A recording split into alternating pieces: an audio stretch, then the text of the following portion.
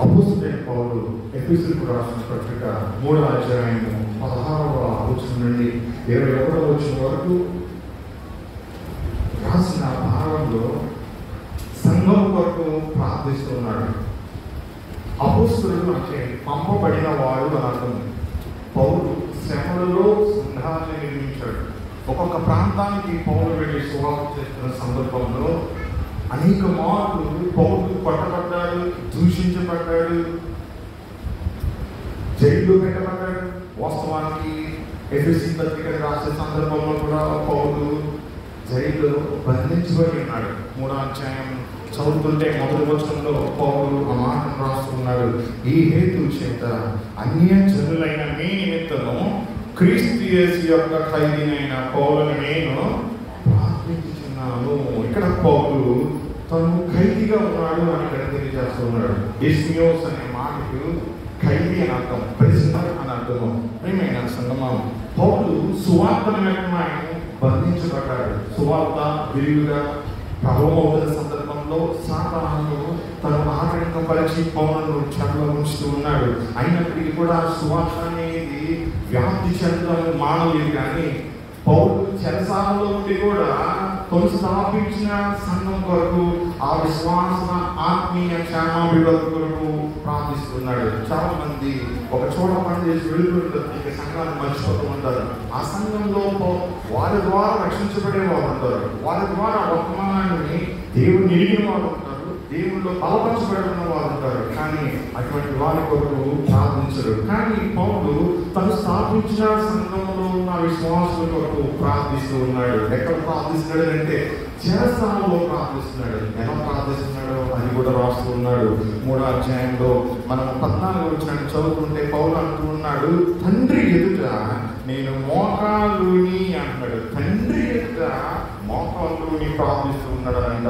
కాసేపు మనము దేవుడితో మాట్లాడడానికి మనకి సమయం ఉండదు. ఒక 2 నిమిషాలు ఆలయంలో కూర్చోడానికి సమయం ఉండదు.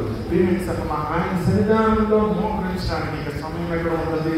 కానీ మన వ్యక్తిగత పనుల నిమిత్తమో లేకపోతే ఇతరమైన కార్యకలాపాల నిమిత్తమో రోజు 24 గంటలు ఉంటే 24 గంటలతో అధిక సమయం మనం కేటాయిస్తూ ఉంటాం. కానీ దేవుడితో ముచ్చరించడానికి ఒక 5 నిమిషాలు కూడా మనము కేటాయించడం, పరిశుద్ధాలను చదవడానికి ఒక గంట సేపు కూడా మనం కేటాయించడం, వాక్యంలో ధ్యానించడానికి కనీసం ఒక 10 నిమిషాలు కూడా మనం కేటాయించడం. ఎందుకో తెలుసా? సాతాను అటువంటి వ్యక్తుల జీవితాన్ని బంధించి ఉంచాడు. కాబట్టి పౌలు అయితే చెంతలో ఉన్నాడు. కానీ పౌలు హృదయంలో ఆత్మలో విశ్వాసం ఉంది, దేవుని ప్రేమ ఉంది, దేవునిలో స్థిరపరచబడి బలపరచబడ్డాడు, దేవుని తిరిగి ఉన్నాడు. సమృద్ధిగా పౌలు దేవునిలో నివసిస్తున్నాడు. విశ్వాసంగా మన పౌలు నుండి నేర్చుకోవాల్సిన సత్యం ఏంటంటే ఆయనలో మనం నిలిచి ఉండాలి. పౌలు ఇప్పుడు కూడా గ్రీక్ బైబిల్లో ఏం ఇష్టం అనే మాట వాడుతుంటాడు. ఏం ఇష్టం అని అంటే ఇన్ క్రైస్ట్ అర్థం, క్రీస్తు నందు అని మనకి పరిచయం చేయబడుతూ ఉంటుంది. ఇన్ క్రైస్ట్, క్రీస్తు నందు మనం ఉండాలి. ఇప్పుడు మనము సరిహద్దుల్లో ఉన్నంత వరకు మన సరిహద్దులో ఉంటాం, క్షేమంగా ఉంటాం. భారతదేశానికి పాకిస్తాన్కి మధ్య సరిహద్దు అనేది ఉంది. ఆ సరిహద్దుని దాటి మనం ఒకరికి వెళ్ళగలుగుతామా? వాళ్ళు వెళితే వాళ్ళు బంధిస్తారు, వాళ్ళు యువతకి వస్తే ఇప్పటి కూడా బంధిస్తారు కదా.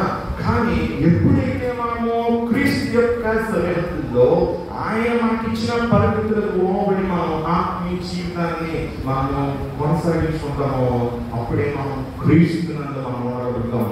ఆ సరిహద్దు దానికి మనం వెలుగులో ఉన్నట్లయితే క్రీస్తుకి మనకి ఎటువంటి సంబంధం ఉండదు. ప్రియమైన సంగమా, పౌలు ఇప్పుడు ఎఫెసు సంఘం వరకు ప్రార్థించడానికి గల ప్రాముఖ్యమైన కారణాలను ఈ అధ్యాయంలో వివరిస్తూ ఉన్నాడు. ప్రాముఖ్యంగా చెప్పాలంటే 3వ అధ్యాయం మొదటి వచనంలో పౌలు చెప్తున్న మాట, అన్యజనులైన మీ నిమిత్తము క్రీస్తు యేసు యొక్క ఖైదీనైన పౌలుని నేను ప్రార్థించుచున్నాను.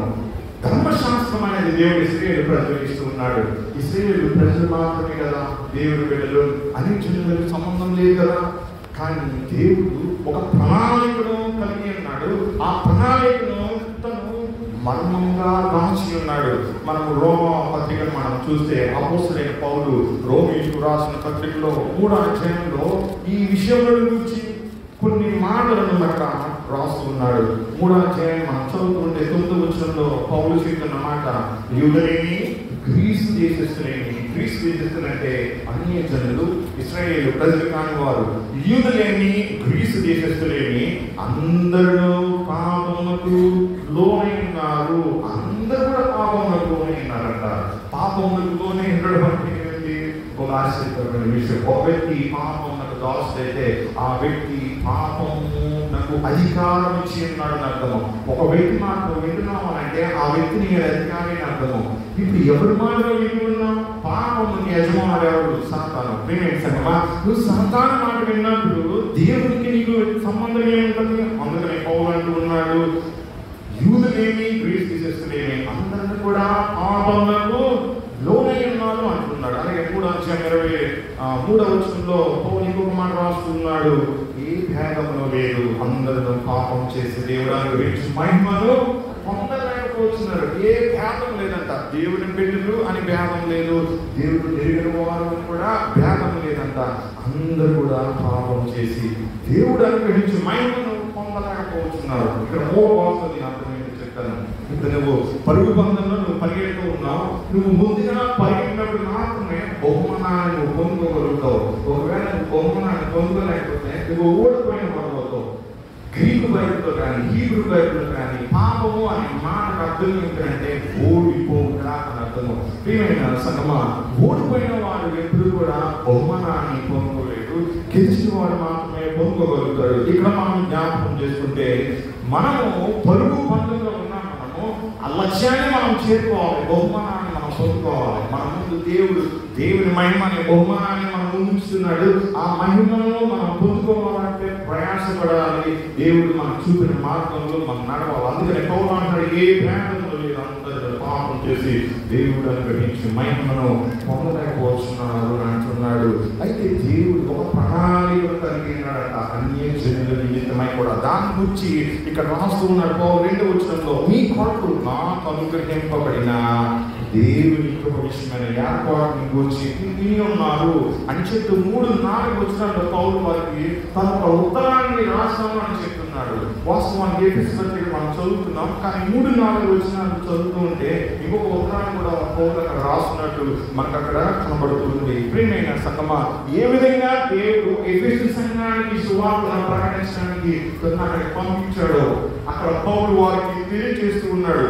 దానిని గురించి మాట్లాడుతూ దాని యొక్క మర్మము అని అంటున్నాడు 3వ వచనంలో. ఎట్లనగా క్రీస్తు మర్మము దేవ దర్శనము వలన నాకు తెలియపరచబడినది. క్రీస్తు మర్మము దేవ దర్శనము వలన నాకు తెలియపరచబడినది అని అంటున్నాడు. మర్మం అంటారు. క్రీస్తు మర్మము. క్రీస్తుని గురించి తెలియదు కదా, తండ్రిని గురించి మాత్రమే తెలుసు, దేవుడిని గురించి మాత్రమే తెలుసు. కానీ దేవుని కుమారుని గురించి అందరికి అవగాహన లేదు కదా. అందుకని అంటున్నాడు, క్రీస్తు మర్మము దేవ దర్శనము వలన నాకు కనుపరచబడినది. దేవ దర్శనము అని అంటున్నాడు. దేవ దర్శనము. దేవుడు పౌలుకి దర్శనమిచ్చి ఎదురైన పౌలు తనను అపోస్తలుగా నియమించుకున్నాడు, దాని గురించి తెలియజేస్తూ ఉన్నాడు. దాని గురించి ఇక్కడ మాట్లాడుతూ ఉన్నాడు పౌలు. ఏమిటి ఆ దేవదర్శనం అంటే? ఆ దేవదర్శనంలో దేవుడు ఒక రహస్యాన్ని పౌలు తెలుపుతూ ఉన్నాడు, ఒక మర్మాన్ని దేవుడు పౌలుకి బయలుపరుస్తూ ఉన్నాడు. ఆ మర్మముల గురించిన జ్ఞానమును పౌలు కలిగి ఉన్నాడు అంట. ఈరోజు నువ్వు ఆలయంలో ఉన్నాడంటే ఆ జ్ఞానాన్ని నువ్వు కలిగి ఉండాలి. ఇప్పుడు జ్ఞానం గలవాడు, జ్ఞానం లేనివాడు అని 2 వ్యక్తులు ఉంటారు. 2 వ్యక్తుల్లో ఒకరు క్రీస్తు వారు మర్మమును ఎరిగిన వాడు, ఇంకొకరు క్రీస్తు వారి మర్మాన్ని ఎరిగిన వాడు. దేవుని సంగమా, ఎరిగిన వాడు వాడు 2 పదాలకి కూడా భేదం మనము గమనించగలుగుతూ ఉంటాం. ఇప్పుడు పౌలు ఈ మర్మాన్ని ఏ రీతిగా పొందుకున్నాడో తెలియజేస్తున్నాడు 5వ వచనంలో. ఈ మర్మం ఇప్పుడు ఆత్మ మూలముగా ఎలా తెలుస్తుందంట? మర్మము ఆత్మ మూలముగా పరిశుద్ధులకు అపోస్తలులకును ప్రవక్తలకును బయలుపరచబడి ఉన్నది. పరిశుద్ధులకు అపోస్తలులకును ప్రవక్తలకును ఒక మర్మాన్ని బయలుపరుస్తున్నాడు. ఆ మర్మాన్ని ఎవరనంటే క్రీస్తు అన్న మర్మము. అయితే పౌలు ఈ వచనాన్ని కొనసాగిస్తూ ఆయన చెప్తున్న మాట అపోస్తలులకును ప్రవక్తలకును బయలుపరచబడి ఉన్నట్టుగా పూర్వకాలంలో యందు మనుషులకు తెలియపరచబడలేదు. పూర్వకాలంలో యందు మనుషులకి, అప్పట్లో ఉన్న సేవకులు కానీ ప్రజలు కానీ క్రీస్తు అన్న మర్మమును గురించి వారికి బయలుపరచబడలేదంట. దేవుడు లేఖనాల్లో అక్కడ రాయించాడు, కానీ అందరికీ ఆయన గురించిన అవగాహన లేదు కదా. ప్రియమైన సంగమా, ఇప్పుడు ఇక్కడ మనం జ్ఞాపకం చేసుకుంటే పౌలు ఏమని చెప్తున్నాడు, ఈ మర్మము ఆత్మ మూలంగానే ప్రతి విశ్వాసం కూడా అది బయలుపరచబడుతుందంట. ఈ రోజు నువ్వు క్రైస్తవుడు అని పిలువబడుతున్నావు అంటే ఆ మర్మము నీకు బయలుపరచబడి ఉన్నది అని అర్థము. ఆ మర్మము క్రీస్తుబడిన మర్మము నీకు బయలుపరచబడకపోతే నీవు క్రైస్తవుడు కానట్టే. ప్రియమైన సంగమా, 5వ వచనం మనం చదువుతున్నాం కదా. 6వ వచనం ఏమంటున్నాడు, ఈ మర్మం మీదనగా అన్యజనులు, ఇందాక చదువుకున్నాం, యూదులేమి గ్రీకులేమి అందరూ పాపం చేసి దేవుడు మనం అందించిన మహిమ అనే లక్ష్యాన్ని వారు చేరుకోకుండా ఓడిపోతూ ఉన్నారు. ఓడిపోవడం అనే పదానికే పాపము అనే పదము బైబిల్లో పాత నిబంధన నూతన నిబంధన తర్జుమా చేయబడింది. ప్రియమైన సంగమా, ఓడిపోవుట అనగా పాపము చేయుట అని అర్థము. మహిమను నువ్వు పొందలేకపోతున్నావు అంటే అది నువ్వు పాపి అని నీ మీద తీర్పు తీరుస్తుంది అని అర్థము. ప్రియమైన సంగమా, అన్యజనులు సువార్త వలన, సువార్త అంటే ఇప్పుడు మనం వినించేది కూడా సువార్తే. అన్యజనులకి సువార్త ప్రయాణించబడుతుంది. మిషనరీస్ ఆయా దేశాలకు వెళ్ళారు కదా, అపోస్తలులు 12 మంది ఉన్నారు కదా, అందులో ఒక చనిపోయిన మరలా ఎక్కువ దేవుడు నియమించుకుంటూ ఉన్నాడు కదా. ప్రియమైన సంగమా, 12 మంది అపోస్తలులు ఉన్నారు, అలాగే పౌలు ఉన్నాడు, బర్నబా ఉన్నాడు, అనేక మంది ఉన్నారు, యోధా, సీలా, క్లెమెంట్ ఉన్నాడు, ఇంకా అపోలో ఉన్నాడు, అనేక మంది సేవకులు పరిశుద్ధ గ్రంథంలో వారి పేర్లు రాయబడ్డాయి. రాయబడిన వ్యక్తుల పేరు ఎంతో మంది ఉన్నారు కదా. ప్రియమైన సంగమా, ఎంతో మంది సేవకులు శ్రమపడుతూ హింసించబడుతూ క్రీస్తు సువార్తను ప్రపంచమంతా కూడా వారు వ్యాప్తి చేసి ఉన్నారు. పరిశుద్ధైన తోమ కూడా మన ఇండియాకి వచ్చి మన ఇండియాలో వచ్చి మరణాన్ని కోరుకున్నాడు కదా. ప్రియమైన సంగమా, సువార్తని దేవుడు అన్యజనులకు బయలుపరుస్తూ ఉన్నాడు. ఇప్పుడు ఎఫెసు సంఘానికి పౌలు గారు అదే తెలియజేస్తూ ఉన్నాడు, ఒకప్పుడు మీరు అన్యజనులు, కానీ ఇప్పుడు మీరు అన్యజనులు కాదు అంటున్నాడు. సత్యాన్ని విశ్వాసి జ్ఞాపకంలో ఉంచుకోవాలని పౌలు ఎఫెసు సంఘానికి తెలియజేస్తూ ఉన్నాడు. సంగమా, మనము దేవుని చేత ఇరుగుబడిన వారమై ఉండాలి. దేవుని చేత ఎరుగుబడిన వారమై ఉండాలి. ఒకప్పుడు అన్యజనులుగా ఉన్నప్పటికీ ఇప్పుడు నీ ఆత్మీయ స్థితి ఏమిటి? ఎవరు నాకు తెలియదు పో అని అంటే అలా ఉంటుంది. అదేమొస్తుందంట, అప్పుడు ద్వారా కొడుతూ ఉంటావు, ప్రభా నేను ఆ రోజు నీకు ఆ పని చేశాను, ప్రభా ఈ పని చేశాను, ఆ సహాయం చేశాను, ఈ సహాయం చేశాను, మాట్లాడాను ప్రభా, ప్రవచించాను, స్వస్థత కార్యాలు చేశాను, గొంతులేశాను ప్రభా, నీ కోరుతాను నా దేవుడు పట్టించుకోడు, నువ్వెవరో నాకు తెలియదు అంటాడు. అందుకని మనము క్రీస్తు చేత దేవుడి చేత మనం ఎరుగబడిన వారంగా ఉన్నప్పుడే మనం ఆయన బిడ్డలంగా ఉంటాం. సువార్త మనకు ఒక అవకాశాన్ని ఇస్తుంది. నా గొర్రెలు నా స్వరములను అంటున్నాడు ప్రభు. తండ్రి నన్ను ఎరిగిను, నేను తండ్రిని ఎరిగిను, అలాగే నేను నా గొర్రెలను ఎరిగిందును అంటున్నాడు. అవి నా స్వరము వినడం అంటున్నాడు. ఈ గొర్రెలు కానీ వేరే గొర్రెలు కూడా ఉన్నాయి, వాటిని కూడా నిశ్చయించుకోవాలని ప్రభు యోహాను సువార్త 10:10 మాట్లాడుతూ ఉన్నాడు కదా.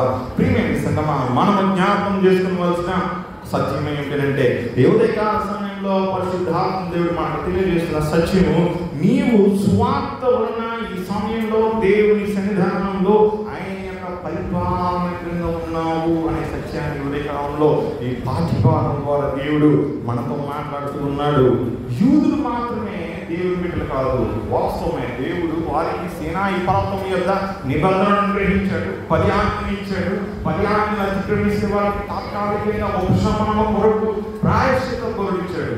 కానీ ఆ బరువు యొక్క అర్థం ఏంటంటే నిత్య రక్షణ ప్రణాళిక. ఈరోజు దేవుడికి ఒక ఆశీర్వాదం ఇస్తాడంటే ఇది కేవలం నాటి మాత్రమే కాదు, అది నీకు కాదు, అది నిన్ను బట్టి అనేక మంది దేవుడు మనలో చేర్చబడాలని దేవుడు నీకు ఆశీర్వాదాన్ని ఆయన ఇస్తూ ఉంటాడు. యూదులకి దేవుడు ఇచ్చిన ఆశీర్వాదం అదే. తండ్రి అయిన దేవుని ప్రియ కుమారుడు ఈ లోకంలో జన్మించడానికి దేవుడు వారిలో ఆయన జన్మిస్తూ ఉన్నాడు. వారి ద్వారా ఆయన పాప పరిహారం తాను శిలువ మీద అర్పించుకుంటూ ఉన్నాడు. ఏ ధర్మశాస్త్రం అతిక్రమిస్తే పాపంలో శిక్ష ధరించబడుతుంది అంటున్నాడు, అదే ధర్మశాస్త్రమైన అధికారం కింద దేవుడి ప్రియ కుమారుడు శిలువ మీద వేలాడుతూ ఈ పాపానికి నా పాపానికి ఆయన తన దేహం మీద ఆయన మేకులతో సిలువకు కొట్టి నీ పాపాన్ని నా పాపాన్ని పూడ్చివేస్తున్నాడు ఆయన తన రక్తంతో తన చేతులతోటి. ప్రియమైన సంగమా, సిలువను గమనిస్తే ఒకటి యూదా అనే కర్ర, రెండవది అన్యజనుడు అనే కర్ర. మనకు జ్ఞాపకం చేసుకుంటే ఈ భాగంలో పౌలు ఎఫెసు సంఘానికి అదే తెలియజేస్తున్నాడు. 6వ వచనంలో ఈ మర్మం ఏదనగా అన్యజనులు సువార్త వలన క్రీస్తు యేసునందు, ఇన్ క్రైస్ట్, క్రీస్తు యేసునందు యూదులతో సమాన వారసులను, ఒక శరీరమందు సాటి అవయవములను వాగ్దానంలో పాలువారులై ఉన్నారు. అంటే వాగ్దానం ఉంది. ఏమిటో వాగ్దానము? ఆదికాండ 12 దేవుడు అబ్రాహాముతో మాట చెప్తున్నాడు, నిన్ను బట్టి భూలోకములో ఉన్న సర్వ జనులు కూడా ఆశీర్వదించబడతారంట. నిన్ను బట్టి భూలోకములో ఉన్న ప్రతి కుటుంబము కూడా ఆశీర్వదించబడుతుంది. ఎందుకు?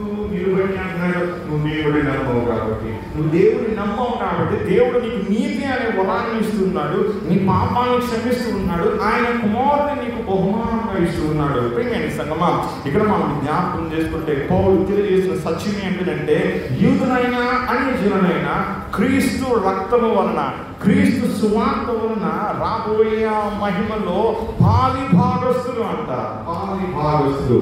ప్రియమైన సంగమా, ఇక్కడ మనం జ్ఞాపకం చేసుకుంటే పౌలు అనేక విషయాలు మాట్లాడుతూ 14 నుంచి 16 వచనాలు చదువుతున్న సందర్భంలో వారి కొరకు ప్రార్థిస్తున్నాడు. ఎందుకు ప్రార్థిస్తున్నాడు? కారణాలు మనం విన్నాం. ఇప్పుడు వేడి కొరకు ప్రార్థిస్తున్నాడు. అక్కడ పౌలు చెప్తూ ఉన్నాడు. 14వ వచనం నుంచి 16వ వచనం మనం చదువుతుంటే పౌలు తండ్రి అయిన దేవుని యొక్క మోకాళ్ళని ప్రార్థిస్తున్నాడంట. ఆ తండ్రి అన్యజనులను కూడా తన ఇంటి వారిగా చేసుకుంటూ ఉన్నాడు. కేవలం అబ్రహాము సంతానం మాత్రమే కాదు, కేవలం యాకోబు సంతానంలో పుట్టిన 12 మంది గోత్రీకులు మాత్రమే కాదు. ప్రియమైన సంగమా, ఆయన అన్యజనులందరినీ కూడా తన కుమారుడైన క్రీస్తు రక్తము వలన, క్రీస్తు శిలువ వలన వాళ్ళందరినీ కూడా తన ఇంటి సభ్యులుగా చేసుకుంటూ ఉన్నాడు. అందుకే 14 వచనం అంటూ ఉన్నాడు, ఈ హేతువు చేత పరలోకమునందును భూమి మీద ఉన్న ప్రతి కుటుంబము, పరలోకంలో ఉన్న కుటుంబం ఏంటి? తండ్రి కుటుంబమే. భూమి మీద ఉన్న కుటుంబం ఏంటి? విశ్వాస సంబంధులు. అబ్రహామును భూమి దేవుని నమ్మిన ప్రతి ఒక్కరు కూడా అబ్రహాము సంబంధులే, అబ్రహాము సంతానం అని ఎంచబడుతుంది కదా ప్రియమైన సంఘం. అందుకనే ప్రతి కుటుంబం అంటున్నాడు. ఇక్కడ మనం జ్ఞాపకం చేసుకుంటే యోగా కుటుంబమైనా, అన్ని జనాంగం నుండి వచ్చిన కుటుంబమైనా సరే, ఆ కుటుంబం అంతటి కూడా తండ్రిని బట్టి ఒకటే కుటుంబం అని పిలువబడుతుందంట. అది కూడా సిలువ ద్వారా పిలువబడుతుంది. ఆ తండ్రి ఎదురు నేను మోకరించి ప్రార్థిస్తూ ఉన్నాను అంటున్నాడు. ఎవరే కాలంలో నువ్వు ప్రార్థిస్తున్నావు, నీకు ఒక కారణం ఉండాలి, నీకు ఒక రీజన్ ఉండాలి. ఎవరి కొరకు ప్రార్థిస్తున్నావు? దేని కొరకు ప్రార్థిస్తున్నావు? నీ స్వరూపం కొరకు ప్రార్థిస్తున్నావా? అడుగుడి నీకు ఎవరినంటే నాకు అన్ని కావాలి ప్రభు అంటే దేవుడు ఇచ్చేస్తాడా? ఇతరుల కొరకు నువ్వు అడగాలి, ఇతరులకి ఏం లేదని అడగాలి, ఇతరుల ఆత్మీయ క్షమాభివృద్ధి కొరకు నువ్వు అడగాలి. ఈరోజు పౌరుని మనం ఆదర్శంగా తీసుకోవాలి. పౌరుడు ఏ రీతిగా ప్రార్థిస్తున్నాడు, మన ఆత్మీయ జీవితంలో కూడా అదే రీతిగా ప్రార్థన అనుభవం ఉంటే దేవుడిలో మనం పరిపూర్ణ స్థితిలో మనం ఉన్నవారిగా మనం అణించబడుతూ ఉంటాము. 15-16 వచనాలు మనం ఇక్కడ ముందుగా చదివితే పౌలు చెప్తూ ఉన్నమాట, మోకరించి దేవుడిని ప్రార్థిస్తున్నాడు. మొట్టమొదటిగా ఏంటంటే అంతరంగ పురుషుని యందు శక్తి కలిగి జీవించినట్లు వారి కొరకు ప్రార్థిస్తున్నాడు.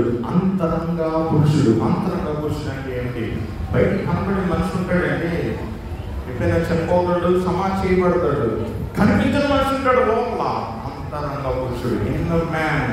నువ్వు బయటికి ఎలా కనిపిస్తున్నావో అది పాముకి కాదది. నువ్వు మంచివాడిగా కనబడవచ్చు, నువ్వు చెక్కవాడిగా కనబడవచ్చు, నీతి మంత్రిగా కనబడవచ్చు, పరిశుద్ధుగా కనబడవచ్చు. కానీ నీలో పరిశుద్ధత లేకపోవచ్చు, నీతి లేకపోవచ్చు, లేకపోతే నీవు బయటికి అనీతి మంత్రులుగా కనబడవచ్చు, కానీ నీరు నీతి ఉండొచ్చు.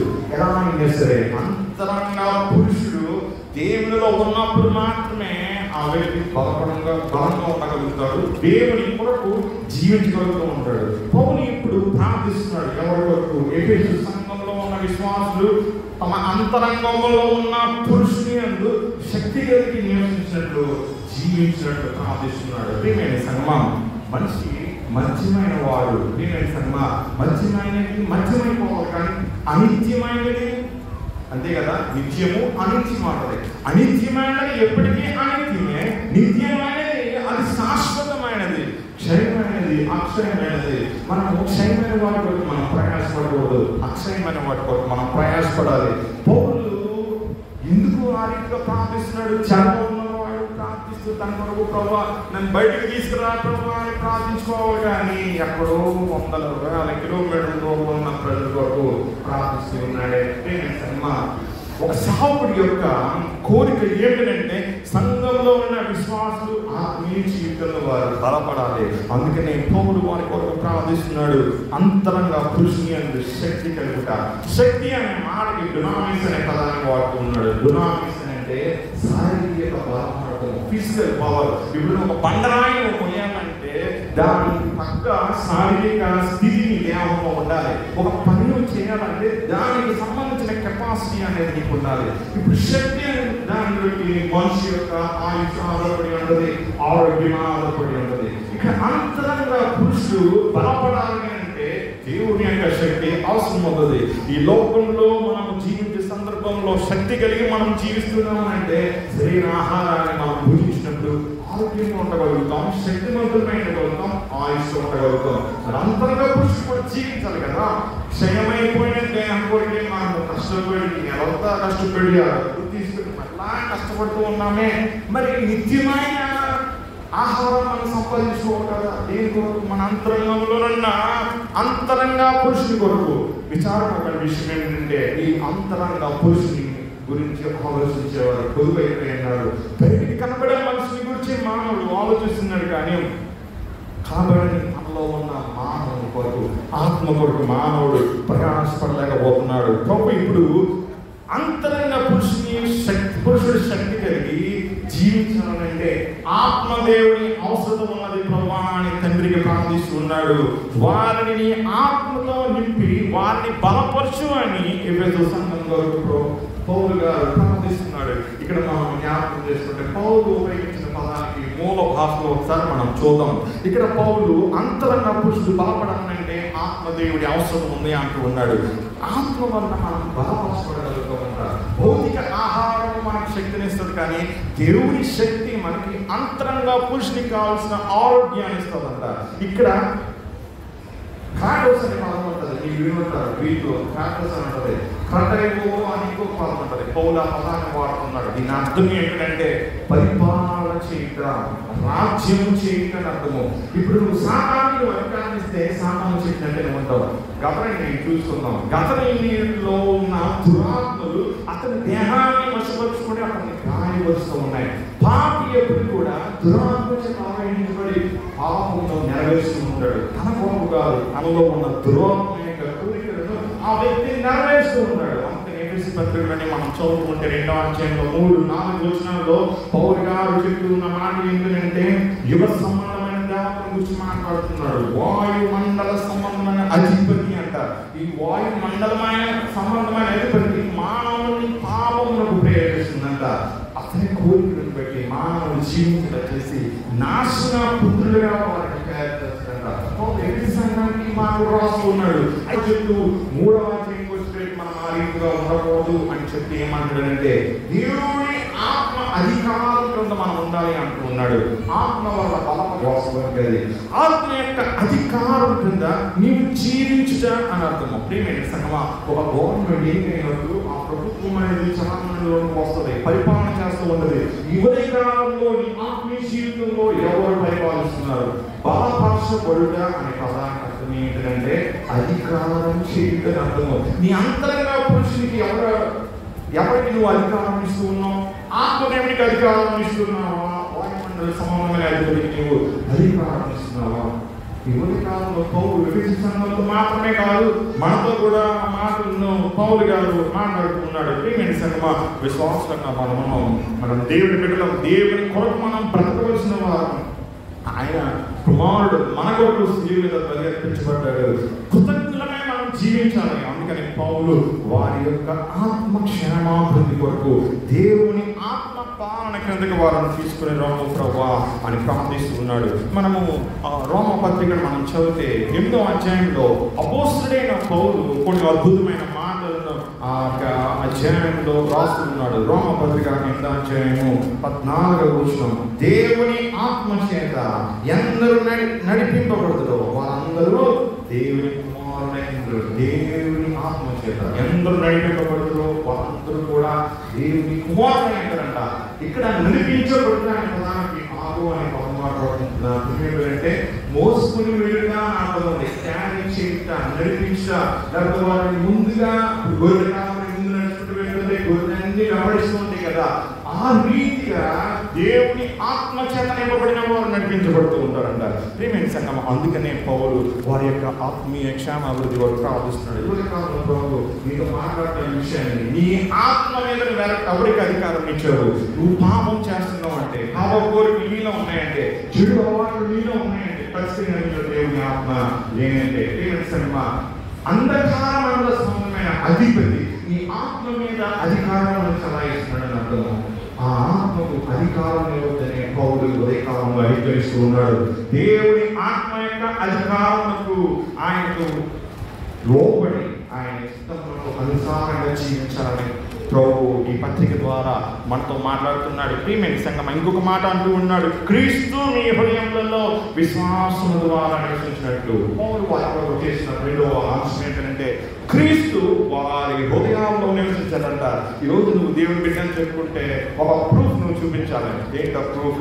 నువ్వు దేవుని బిడ్డని చెప్పాలంటే మార్పులు దేవుని పోలి ఉండాలి, నీ ఆలోచన దేవుని పోలి ఉండాలి, నీ నడక దేవుని పోలి ఉండాలి, పరిబంధించినప్పుడు నీకు మంచి సాక్ష్యాన్ని కొనుక్కొని ఉండాలి. విశ్వాసంలో ఒక రెఫరెన్స్ అనేది ఉంది, డెఫినిషన్ అనేది బైబిల్లో ఉంది. హెబ్రీ పత్రిక 11వ అధ్యాయంలో మొదటి వచనంలో మనం ఒకసారి చదువుకుందాం. విశ్వాసం అనేది నిరీక్షింపబడి వాటి యొక్క నిజ స్వరూపమును అదృశ్యమైనవి ఉన్న వాటికు రుజువునైనది.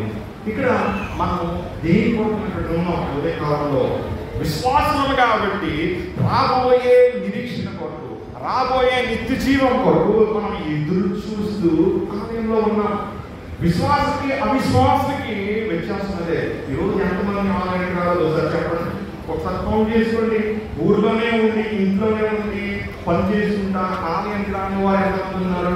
విశ్వాసం చేయడు. ఖచ్చితంగా ఆలయంలో ప్రత్యక్షతను అతను ఉంచుతాడు. ఎందుకంటే దేవుని బిడ్డలాగా మనం విశ్వాసంగా పిలువబడుతున్నామంటే మనం రాజ్యానికి చేరుతాము. అది మన హోప్, అది ఆశ. దాన్ని నెరవేర్చుకుంటున్నాం కాబట్టి ఆయన సన్నిధానంలో వారానికి ఒక వారం మనం ఒక గంట సేపు, గంటన్నరైతే 3 మాటలు పాడుకుంటున్నాం. సాధారణంగా 1 hour 45 minutes ఎక్కడైనా చర్చలో ఉంటాయి. సింగిల్ కాంగ్రెగేషన్ చేస్తే 1 hour 45 minutes అది కూడా ఒక్క పాటే పడతాం, మనం 3 పాటలు పడతాం. అయినా గంటన్నర అయిపోతుంది కదా. ఇంత స్టార్ట్ చేస్తున్నది 10కి అయిపోతుంది. గంటన్నర కదా ఉన్నది కూడా మనకు కొంచెమే కదా సమయం. అయినా సరే మనం ఆలయానికి రాలేకపోతున్నాం. దాంట్లో కూడా మనం లేట్గా వస్తాం. అది కూడా అయిన తర్వాత 6 గంటలకు అప్పుడు అందరూ కూడా లోపలికి వచ్చేస్తాం. మరి ఈ సమయం అంతా ఏం చేస్తున్నావు? 24 గంటలు ఉన్నాయి రోజులో. 7 రోజులు వేసుకోండి, ఎన్ని గంటలు మనం వృధా చేస్తున్నాం? ఒక గంటన్నర ఆలయంలో ఉండలేకపోతున్నామే. విశ్వాసంగా మన బాధ్యత ఏంటి? ఉదయ కాలంలో మనము కనిపించేవి వాటి కొరకు మనం ఎదురు చూడడం లేదు, కనబడే వాటి కొరకు నిరీక్షిస్తున్నాం. మనము కనిపించేదండి దాంట్లో ఈ కనబడేది మనకెందుకు? కనబడని దాని కొరకు ఈ రోజు మనం ఇక్కడ కూర్చున్నాం. పాస్టర్ గారిని చూడడానికో, పాస్టర్ గారి మాట వినడానికో, విశ్వాసం చూడడానికో ఇక్కడ లేదు. ఉదయకాలంలో క్రీస్తు కొరకు ఉన్నావు. నీ హృదయంలో నీ కోరిక ఏంటంటే ఆ నిత్యరాజ్యం అనేది నీ హృదయం ఇప్పుడు చూడాలి. అదే విశ్వాస యొక్క ప్రధానమైన లక్షణం. అది ఆ రాజ్యం, ఆ సింహాసన నేత్రాలతో చూడాలి. భౌతికంగా చూడలేకపోవచ్చు, ఆత్మీయ రూపంలో నువ్వు చూడగలగాలి. అదే కదా విశ్వాసం అంటే. ఇప్పుడు విశ్వాసం వలన క్రీస్తు ఆ రీతిగా నీలో నివసిస్తున్నాడు కదా. యోహాను సువార్తలో మనము 14వ అధ్యాయంలో మనం చదువుతూ ఉంటే 23వ వచనంలో యేసు ప్రభు తన శిష్యులతో చెబుతూ ఉన్నాడు, యేసు ఒకడు నన్ను ప్రేమించిన ఎడల వాడు నా మాట గైకొనును, అప్పుడు నా తండ్రి ఏమంటున్నాడు? చదవండి. అప్పుడు నా తండ్రి వారిని ప్రేమించు. ఒకడంట ఆయన ప్రేమిస్తే ఆయన మాటలు గైకొన్నాడంట. ఆయన ఆజ్ఞలు గైకొనాలి, ఆయన కట్టడలను గైకొనాలి. ఆయన ఆజ్ఞలు గైకొనకుండా, కట్టడలను గైకొనకుండా నువ్వు విశ్వాసం ఎలా ఉంటావు? నువ్వు దేవుని బిడ్డ ఎలా ఉంటావు? అంతరంగా పురుషుడు ఏ రీతిగా నువ్వు స్థిరపడగలవు, ఉండగలుగుతావు? ఆత్మ సంబంధం ఎలా ఉండగలుగుతావు? ఆయన్ని ప్రేమించినప్పుడు మాత్రమే నువ్వు ఆ రీతి కొనగలుగుతావు. ప్రేమించడం అంటే ఏంటి? ఒక మనిషిని నువ్వు ప్రేమిస్తున్నావంటే ఆ మనిషి చెప్పిన ప్రతి మాట ఇష్టమున్నా ఇష్టం లేకపోయినా చేస్తావు. దూకేస్తావు. ఎందుకంటే గుడ్డి ప్రేమ అంట, లోక సంబంధమైన ప్రేమ అది. కానీ మనుషులు ఆ రీతిగా చేయగలుగుతున్నారే, దేవుడు విడిచిపెట్టగలుగుతున్నారు, తల్లిదండ్రులు విడిచిపెట్టగలుగుతున్నారు, కుటుంబాన్ని విడిచిపెట్టగలుగుతున్నారే లోక సంబంధమైన ప్రేమ కొరకు. కానీ నిజమైన ప్రేమ ఏంటో తెలుసా? ఆయన హక్కును రక్షించాలి. ఎలాగా? ఆయన ఆజ్ఞలను గైకొనాలంట, ఆయన కట్టడలను గైకొనాలంట. 21వ వచనంలో దాని గురించి చెప్తూ ఉన్నాడు ప్రభువు. ప్రియమైన సంగమా, ఆజ్ఞలను అంగీకరించి వాటిని గైకొను వాడే నన్ను ప్రేమించువాడు. 24వ వచనం అంటున్నాడు, నన్ను ప్రేమింపడవాడు నా మాటలు గైకొనడు. ఒక్కసారి నువ్వు తండ్రిని ప్రేమించడం, యేసును ప్రేమించడం ఆరంభిస్తే తండ్రి మరియు కుమారుడు ఇరువురు కూడా నీలో నివాసం చేస్తారని చెప్పి యోహాను 14:23 ప్రభు ఇక్కడ వాగ్దానం చేస్తున్నాడు. ఇంకా నీలో ఉంటాడు. కాసేపు కూర్చున్నాడు. ఇప్పుడు సాయంత్రం పాస్టర్ గారికి ఇలా చూపించేద్దాం అవ్వచ్చు. పాస్టర్ గారికి ఏమన్నా ఇదే ఏంటి, ఇక్కడికి బుక్స్ ఒకటి వెళ్తాను, అక్కడ చెప్తాం, ఒక అంతసేపు చెప్తాను, అరగంట కూర్చోలే. సమయంలో కొన్నిసార్లు హృదయంలో కత్తిని కూర్చున్నట్టు కూర్చేసుకుంటారు. ఒకసారి పెద్ద వ్యక్తి ఉన్నాడు, రాజకీయ నాయకుడు కలిసి కూర్చున్నాడు. అన్నాడు, సార్ ఇక్కడ కత్తితో పొడిచినట్టు ఇక్కడ అన్నాడు. నన్ను జీవనంలో వాక్యం అది ఈ కొరకాన్ని వాక్యం చెప్పేసి నా బాధ్యత ఇది. చెప్పండి, క్రీస్తు మాత్రమే నా మీద నువ్వు కిందవాడువే, దేవుడే పైన వాడు. దేవుని మాటలను ఆలోచన సందర్భంలో ఆయన హక్కును జీవించాలి. ఆయన అధికారాన్ని మనం వ్యతిరేకించకూడదు, ఆయన అధికారాన్ని మనం ధిక్కరించకూడదు. నువ్వు యేసుని ప్రేమిస్తే సరైన అంటారు కదా, స్కూల్లో టీచర్ లేనప్పుడు హెడ్ మాస్టర్ గారు 2 చేతులు కట్టుకుని ఎలా నిలబడి ఉండాలి, లేకపోతే పోతున్నది. తండ్రి అంటే ఉండాలి, ఓడుగా ఉండాలి. అలాగా వనకకుండా అలక్ష్యంగా ఉన్నందుకే అహరోను 2 కుమారులు బలిపీఠం మీద గ్రహించబడ్డారు. ఎందుకు గ్రహించబడ్డారు? సమాధానం లేదు అక్కడ. పాపము, అతిక్రమము దేవుని దగ్గర ఉన్నప్పుడు దేవుడితో సమాధానంగా ఉండాలి. దేవుని ప్రేమించే వారంగా ఉండాలి. లేని ఎడల ఎవరికి నష్టం ఉన్నది? ప్రభు అంటున్నాడు, నీవు ఆయన్ని ప్రేమించినప్పుడు నువ్వు ఆయనలో నివసిస్తావు. ఆయన నీలో నివసించకపోతే నువ్వు రంగు వేసుకుని ముఖం మీద దేవుడి బిడ్డ రాసుకుని నెలలో దేవుడి బిడ్డ నువ్వు ఇలా వేసుకున్నప్పటికీ కూడా ఎప్పుడు కూడా నువ్వు దేవుని శిష్యుగా ఉండలేవు, దేవుడి బిడ్డగా ఉండలేవు. అందుకనే పౌలు ఎఫెసు సంఘం కొరకు ప్రార్థిస్తున్నాడు. ప్రకటన గ్రంథంలో 2వ అధ్యాయంలో ప్రభు ఎఫెసు సంఘం తెలుసా, నేనేదైనా తప్పు పోవడం మోపవలసినని అంటున్నాడు. ఏంటి ఆ తప్పు?